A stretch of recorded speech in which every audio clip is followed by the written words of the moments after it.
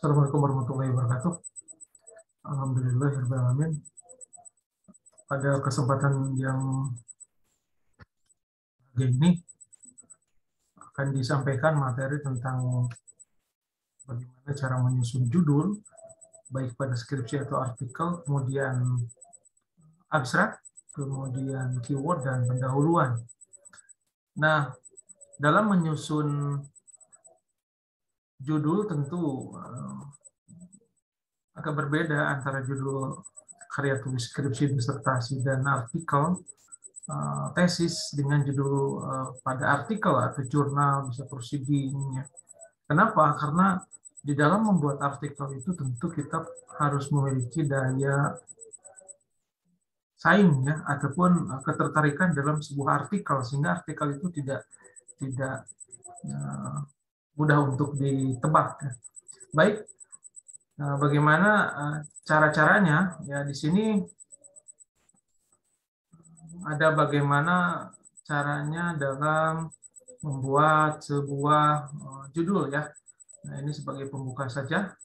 Jadi miris ya, toko buku sekitar kampus, kemudian Bandung sepi pembeli ya. Ini dikarenakan sekarang ada pergeseran ke bentuk digital berarti ya, ataupun faktor lainnya. Tradisi menulis lebih rendah daripada minat baca, padahal baca dulu baru menulis. Ya, karena menulis itu adalah hasil dari review ataupun hasil dari pengembangan pemikiran setelah membaca ya. Nah, kemudian trik dalam plan action menulis karya ilmiah ya tentu di sini harus membaca jurnal, proceeding, dan hasil penelitian itu adalah hal yang wajib ataupun mutlak ya, harus ya. Jadi ini harus ya, buat catatan kecil juga, jangan sampai ketika membaca itu lupa akan apa isinya, ya, apa judulnya, apakah penerbitnya dari mana, nah, sehingga lupa ya.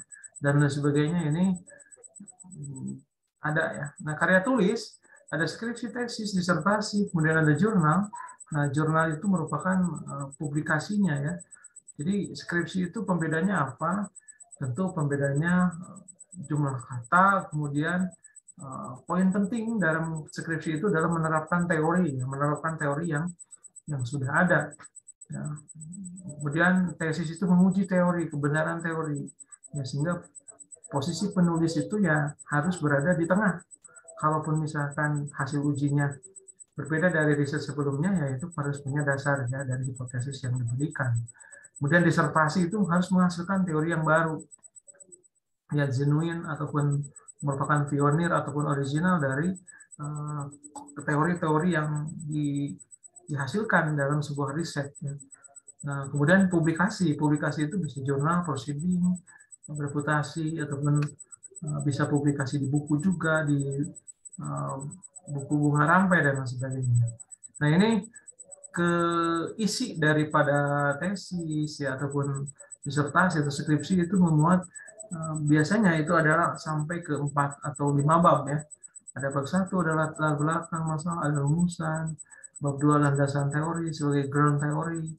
Ya, sehingga kita teori apa yang digunakan, teori apa yang menjadi dasar dari pengembangan riset yang dilakukan ya. Teori, pustaka, literatur yang terkait dengan judul, sehingga ketika misalkan ditanya judulnya membangun kemampuan berpikir kritis, nah ini teori siapa yang dipakai berpikir kritisnya, konsep siapa, indikatornya apa, kemudian kemampuan itu seperti apa, dan lain sebagainya. Isi tentu menggambarkan dari rumusan yang kita buat ya. Ketika misalkan bagaimana kemampuan berpikir kritis matematika mahasiswa baru, tentu kaitannya dengan isi tentu kemampuan berpikir kritis mahasiswa baru. Nah, ini diurai ya berdasarkan hasil riset dari pustaka, kemudian dari angket dan lain sebagainya itu diurai. Tentu ini punya landasan tersendiri, punya cara untuk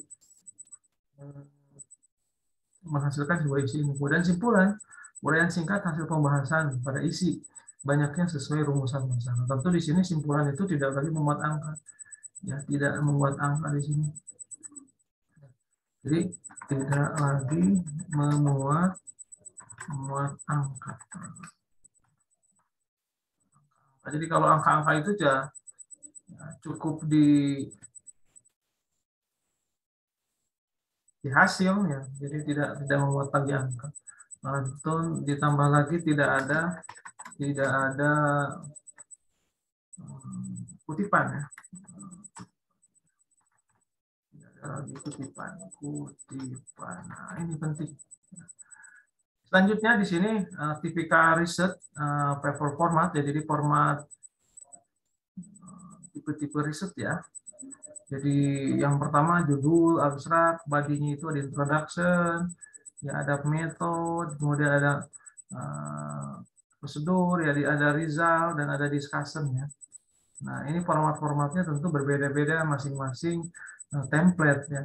Kalau introduction itu sama, isinya tentang statement of topic area ya, pernyataan topik ya, ataupun ide ya, ataupun area dari topik itu apa gitu. Kemudian statement of general issue ya, isu-isu yang adanya secara umum itu apa sih gitu.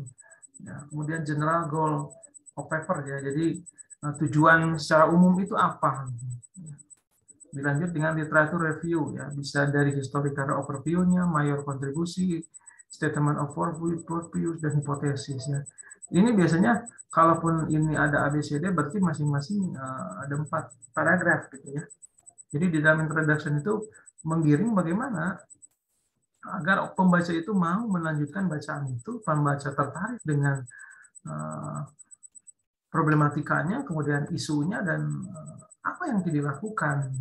Sehingga ketika introduction-nya menarik, orang akan mau melihat isi, mau melihat metode dan mau melihat simpulan. Ya, bagaimana metodenya? Ada siapa, apa isi dari metode itu? Tentu subjeknya, partisipannya. Ada berapa banyak, karakternya seperti apa, ya materinya seperti apa, apakah instrumennya bagaimana, prosedurnya bagaimana, is the treatment to be administrated ya, treated ya. Jadi bagaimana instrumen itu, kemudian kapan testing to be conducted ya. Jadi diberikan ya, kapan dilakukan sebuah tes ya yang telah disusun. Kemudian dianalisis. Jadi intinya metode itu ada subjeknya, ada materialnya, caranya dan analisisnya.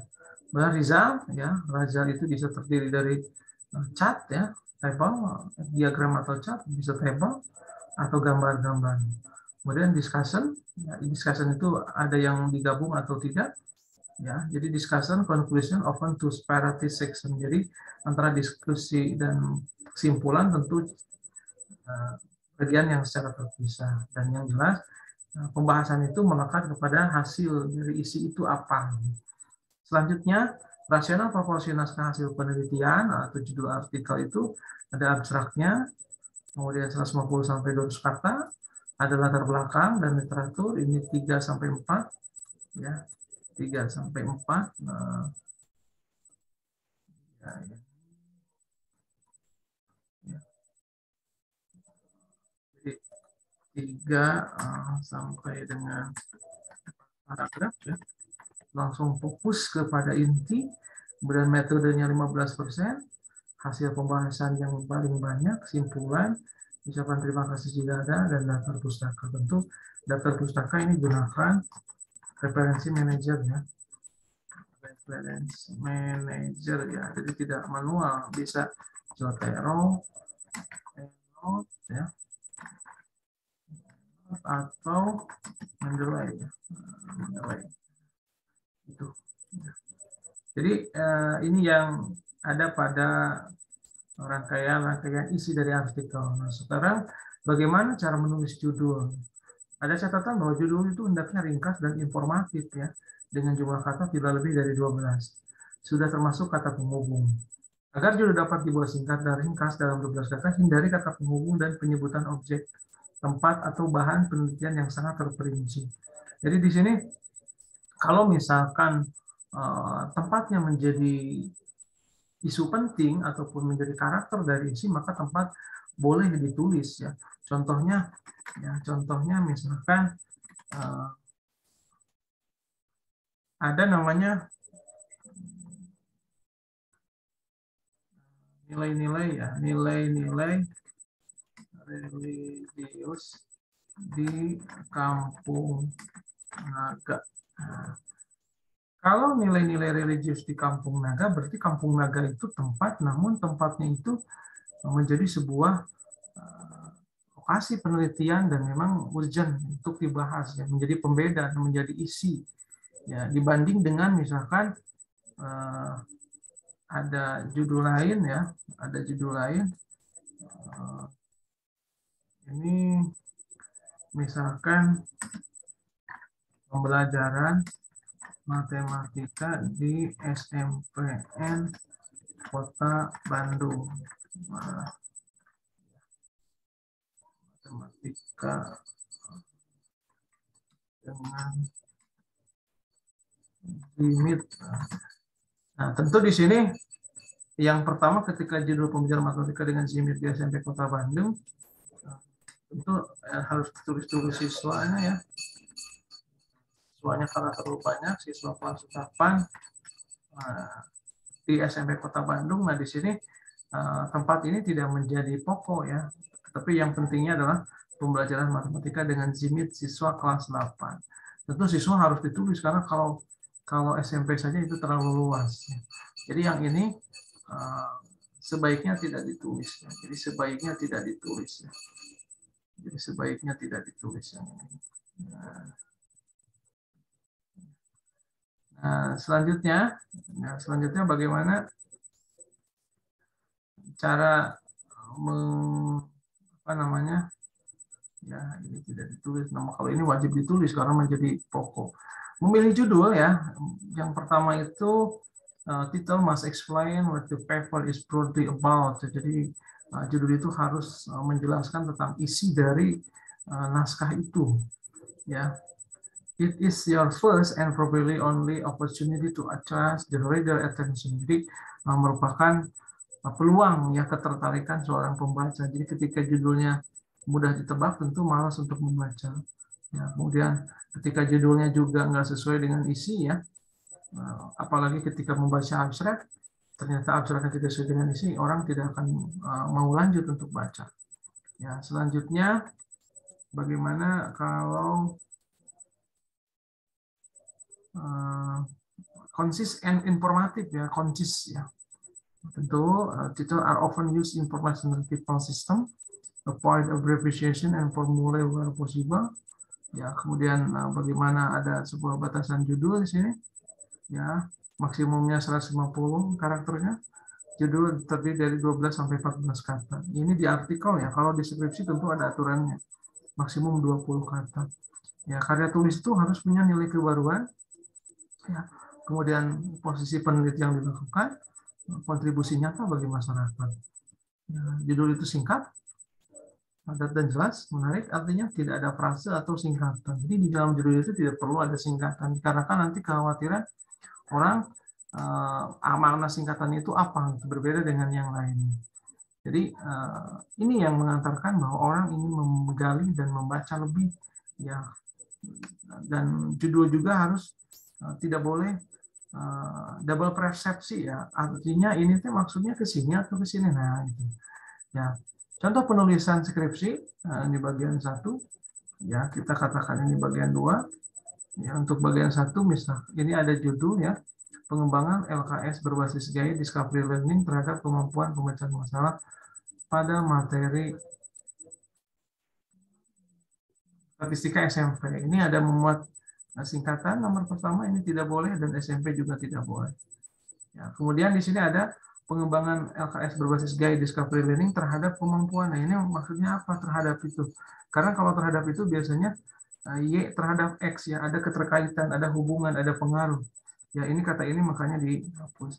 Untuk itu ada saran, ya, dari judul ini dikembangkan untuk skripsi bisa jadi pengembangan lembar kerja siswa berbasis gaya discovery learning pada kemampuan pembacaan masalah materi statistika siswa sekolah menengah pertama. Itu memungkinkan judul ini, ya, karena ini 1, 2, 3, 4, 5, 6, 7, 8, 9, 10, 11, 12, 13, 14, 15, 16, 17, 18. Ada 18 kata dan memungkinkan.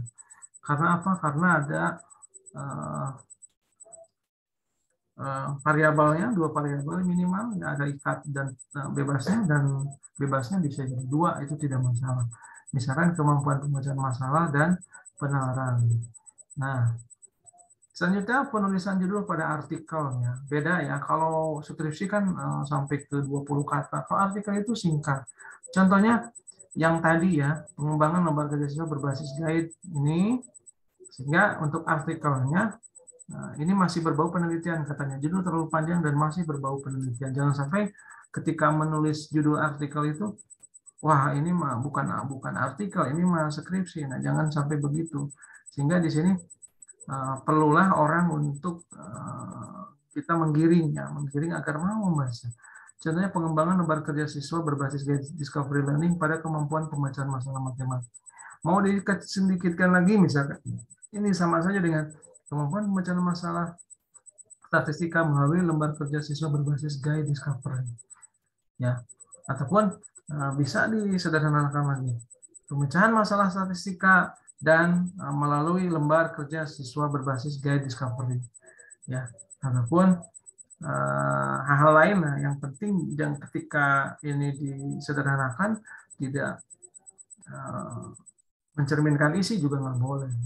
Jadi orang penasaran kan kemampuan pemecahan masalah statistika melalui lembar kerja siswa berbasis guide. Oh, ini bagaimana nih? Ya, lembar kerja siswa itu sepertinya bagaimana? Kalau di sini di nomor ini duanya itu pengembangan, orang sudah kebayang bahwa metode penelitiannya merupakan pengembangan. Ya. Kata kunci, nah ini kata kunci pentingnya, penting tetapi kadang kesulitan untuk menulis kata kunci. Ya, ada 3 cara yang biasa digunakan untuk menemukan kata kunci dalam sebuah paragraf. Ya, ini paragraf dulu, mencari kata yang sering ya, artinya yang sering ditulis ya, ini artinya yang sering ya, sering disebut-sebut ya maksudnya. Itu maksud dari ini ya. Jadi yang sering disebut-sebutnya apa? Kemudian mencari dalam ide pokok. Dalam ide pokok itu ada apa sih yang pentingnya? Kemudian mencari kata kunci melalui kata ganti lain ya. Nah, itu yang biasanya. Kemudian dilansir dari situs Kemendikbud, ciri-ciri kata kunci itu kata kunci tersusun dari 1 atau 2 kata. Ya, ini bisa 1 atau 2 buah kata dalam kata kunci. Kata kunci mengandung kata yang sifatnya unik dan bersifat menyeluruh. Artinya ketika misalkan menulis kata kunci, diharapkan itu tidak sama dengan judul. Ya, namun sisi uniknya dari artikel ini amanah. Ya, dari kata-kata yang sering disebut juga bisa menjadi sebuah kata kunci agar orang ketika mau mencari artikel dengan kata kunci yang dipilih, artikel inilah yang muncul, artikel inilah yang dibutuhkan. Ya, dan kata kunci juga tidak juga general ya. Artinya ketika judulnya matematik, yang pertama matematik saja. Ya, tapi isinya apa gitu ya. Jadi menulis kata kunci pada artikel atau karya tulisan umumnya lebih dari 3 sampai 4 kata. Tulis kata yang mewakili isi tulisan, unik dan banyak dibutuhkan orang. Diusahakan tidak sama dengan judul. Karena kalau di judul kan sudah ada, orang mencari judul itu sudah muncul, tapi apa kata kuncinya yang akan dipilih? Ya, jadi ketika di sini nih, ya ini berarti pemecahan masalah sudah ada, statistika sudah ada, lembar kerja berbasis guide discovery sudah ada. Bisa dari kata kuncinya ya, kata kunci ambil saja satu judul di sini. Ya, misalkan pemecahan karena orang sering mencari ya pemecahan masalah. Ya. Biasanya pakai titik koma gitu. Apalagi di sini yang menjadi kata kunci ya, tergantung tulisannya juga ya. Kalau tulisannya misalkan tentang ukuran pemusatan ya tulisannya ukuran pemusatan. Dari isi statistiknya apa sih isi yang dibahas di statistiknya apa itu. Ya. Kemudian berbasis gaya discovery ya, lembar kerja siswa tentu diketik di judul ya. Kemudian apalagi misalkan apa yang ada ya, yang ada di kata kunci artikel itu misalkan di sini pemecahan masalah sudah ada ya, ukuran pemusatan juga sudah ada. Boleh juga misalkan tentang ya hasil belajar, hasil belajar statistika. Itu agar orang apa sih yang dibutuhkan dari judul ini, orang yang sering cari ya tentu ketika pembacaan masalah udah ukuran pemusatan misalkan ya, atau kemampuan statistik boleh ya, atau kemampuan statistik aja ya, hasil belajar statistika boleh. Nah itu. Kemudian abstrak ya. Abstrak itu juga akan mengantarkan seseorang ingin membaca ya. Jadi konteks masalah ataupun sinyal ke pembaca terkait topik ya, kemudian rumusan masalah. Jadi di dalam isi abstrak itu munculkan masalah yang dikaji ya. Ini yang pertama ada pengantar dulu ya, sinyal pembaca berarti ada pengantar ya. Kemudian munculkan masalah yang akan dikaji, bukan rumusan masalah secara general ya, artinya ada tanda tanya, kemudian bagaimana, tidak, tapi apa masalah intinya. Kemudian ada tujuan, ada metodologi ya. Tujuan itu isinya apa yang dikerjakan atau diungkapkan, biasanya menggunakan kata kunci therefore ya. Kemudian metode atau metodologi atau metode penelitian, ulas toolnya, perangkatnya apa, metodenya apa, strateginya, tekniknya, algoritmanya yang digunakan untuk memecahkan objektif masalah itu. Eksperimen, result, analisis, disebutkan eksperimen yang digunakan untuk menggunakan metode teknik yang diusulkan. Jadi ketika metode ya hasil, ya hasilnya bagaimana, ada penutup, ya penutup itu bisa rekomendasi, bisa simpulan dari solusi masalah yang sudah diteliti. Ya maksimal 150 sampai 200 kata, dan pada akhirnya tidak ada sumber kutipan. Ya tidak ada sumber kutipan. Intinya ada tujuan, ada metode, ada hasil, dan ada simpulan di abstrak itu. Ya, harus memuat ini. Apakah ini wajib? Tidak juga, ya, tetapi orang akan membaca abstrak dan ingin membaca lebih dalam karena tertarik dengan isi dari abstrak itu. Catatan dalam menulis abstrak yang pertama itu ikuti batas kata karakter sesuai dengan petunjuk dalam jurnal. Jadi harus diikuti, jangan sampai abstrak itu terlalu banyak ungkapan-ungkapan, terlalu banyak parafrase, ya tidak ya, karena harus kurang dari 200 kata. Tidak melakukan copy paste, ya. Jadi ketika misalkan simpulan ditarik ke abstrak, tidak, jadi diketik lagi, disusun lagi, ya diketik lagi. Tujuan penelitian ini adalah untuk menemukan, ya untuk mencari solusi ataupun untuk mengetahui bagaimana. Ya. Dan dalam sebuah artikel itu bisa jadi hasil skripsinya ada 4 rumusan masalah. Nah di artikelnya bisa 2 rumusan masalah dijadikan 1 artikel, tentu dengan tulisan di latar belakang yang berbeda arahnya. Tidak menggunakan kata atau kalimat yang hanya untuk basa-basi atau kurang penting ya. Tidak ada kata basa-basi atau kurang penting karena nanti orang jenuh ya, karena dengan abstrak itu orang akan tertarik dengan isi yang akan kita baca, dan bisa jadi dikutipnya itu abstraknya dari artikel itu. Tidak mengandung citasi, reference. Abstrak menceritakan ada 2 hal penting, apa yang telah dikerjakan dan apa kontribusinya. Ya, penelitian ini telah menghasilkan rekomendasi ini sehingga ini. Dan tentu dalam isi abstrak itu tergantung dari ketentuan template jurnal masing-masing. Ada yang perlu ada tujuan, metode, hasil, simpulan, ada yang juga tidak, bahkan simpul hasil pun masih bias ya, artinya ini mana hasilnya ya. Jadi hasilnya tidak dijelaskan, tapi metodenya jelas ya. Metode penelitian ini menggunakan metode eksekusi eksperimen dengan subjek ini terhadap pembelajaran matematika di berbagai sekolah. Udah aja, nggak ada hasil, nggak ada simpulan. Ada juga yang begitu, jadi tergantung dari templating jurnalnya. Contoh begini ya, ini yang pernah dipublikasikan ya, spektrum simbol dan struktur sen matematika siswa Madrasah Selandia. Nah, ini ada judul artikel ya, karena singkat, kemudian padat, dan muat juga isi. Ya, jadi ini penulis 1, penulis 2, penulis 3. Ya, ada yang disingkat, ya nama depan disingkat, hak 9, ada yang begitu juga, ada yang tidak, tergantung dari ketentuan jurnal tersebut. Nah, di sini di abstrak ya, yang tadi sudah disampaikan, ada tujuan, ini tujuannya, ada metodenya. Nah, ini ada kata-kata tadi pendahuluan ya, ada kata mengungkapkan permasalahan pokok boleh, ya, tapi tidak ada basa-basi di sana. Ada hasil dan ada simpulan. Nah, simpulannya hanya sederhana di sini. Untuk itu, nah dari sini perlu adanya model pembelajaran yang tepat untuk meningkatkan kedua kemampuan tersebut. Itu ketentuan dari abstrak ya. Selanjutnya ada juga langsung ke tujuan, langsung ke metode, langsung ke hasil. Simpulannya tidak ada. Ya, Jadi di sini hasilnya memang banyak ya, hasilnya ada berdasarkan tadi ya, berdasarkan tujuannya itu untuk mengetahui multimedia software matematika yang tepat pada pembelajaran matematika, ini satu tujuannya. Ya, kemudian ini untuk mengetahui teori kognitif dua, dan strategi. Jadi di sini pun hasilnya tiga ya.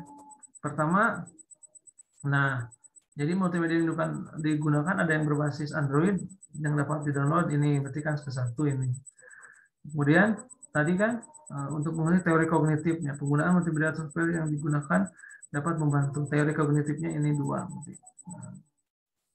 Yang ketiga itu strategi penggunaan. Nah ini strategi penggunaannya, bagaimana ketepatan menggunakan media, keterampilan. Nah ini strategi. Jadi di dalam hasil itu ya sesuai dengan banyaknya tujuan. Jangan sampai tujuan 3 hasilnya 2, itu kan tidak sesuai. Ya. Kemudian di pendahuluan, selanjutnya kita akan langsung ke pendahuluan. Nah, ini juga sama ya, multimedia matematik, teori kognitif multimedia. Nah, kata kuncinya multimedia matematika. Ya, jadi orang nanti ketika ngetik di Google Cendekia ataupun di Google multimedia matematik, maka akan muncul tulisan ini. Ya, dibanding kalau ngetiknya kata kuncinya matematika ya terlalu umum. Ya, ataupun media matematika misalkan terlalu umum juga. Nah, di sini ada teori kognitif. Ya, jadi orang kan penasaran dengan teori kognitif, maka munculkanlah di kata kunci. Pendahuluan ya.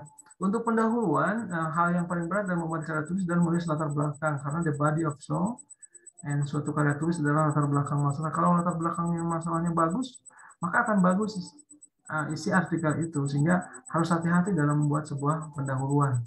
Ya, karena pada latar belakang masalah harus terungkap urgensi masalah, kebaruan, dan kontribusi temuan untuk mengembangkan ilmu.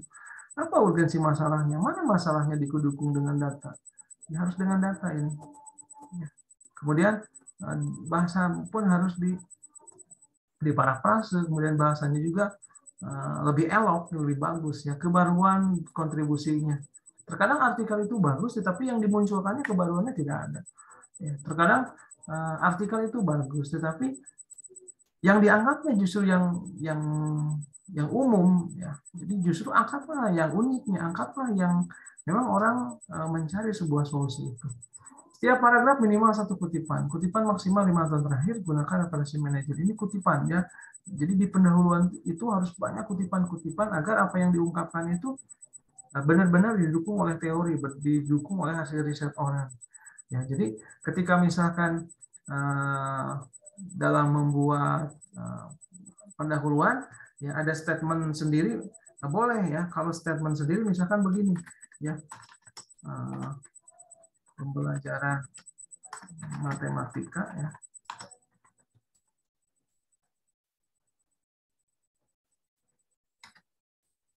dibutuhkan dalam meningkatkan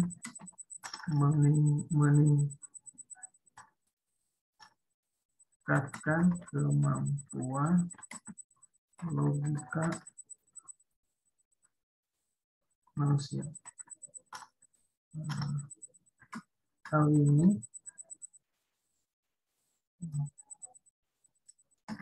karena matematika mempelajari konsep logika atau logis.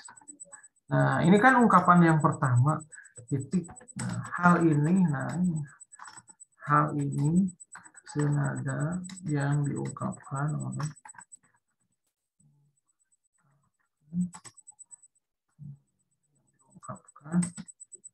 oleh misalkan oleh Sugilar ya, berapa tahun 2021 halaman 34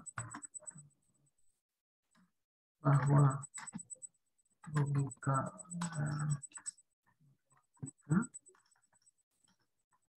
terdiri dari konsep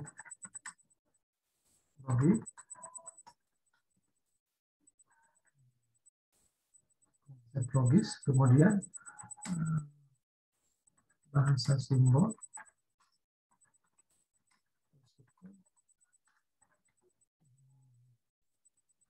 jadi ungkapan yang dikemukakan ini harus didukung ya, jangan sampai ini sebuah karangan sendiri gitu. Pembelajaran matematika dibutuhkan dalam meningkatkan kemampuan logika manusia hanya karena matematika memiliki konsep logika atau logis.